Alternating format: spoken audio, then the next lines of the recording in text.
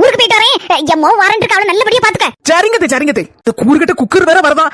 நம்ம இப்ப என்ன செய்ய? வந்துட்டா அடியா வந்துட்டா. என்னாச்சு? பெட்ஷீட் தூக்கி தலையோட மூடிக்கிட்டு சுருண்டு மடங்கி உட்கார்ந்திருக்கிய. அது காய்ச்சல் 110 டிகிரி வெட்டி வெட்டி இழுத்துட்டு இருக்கு. குதுகுதான்னு வருது. அதான் பெட்ஷீட் போட்டு மூடி இருக்கேன்.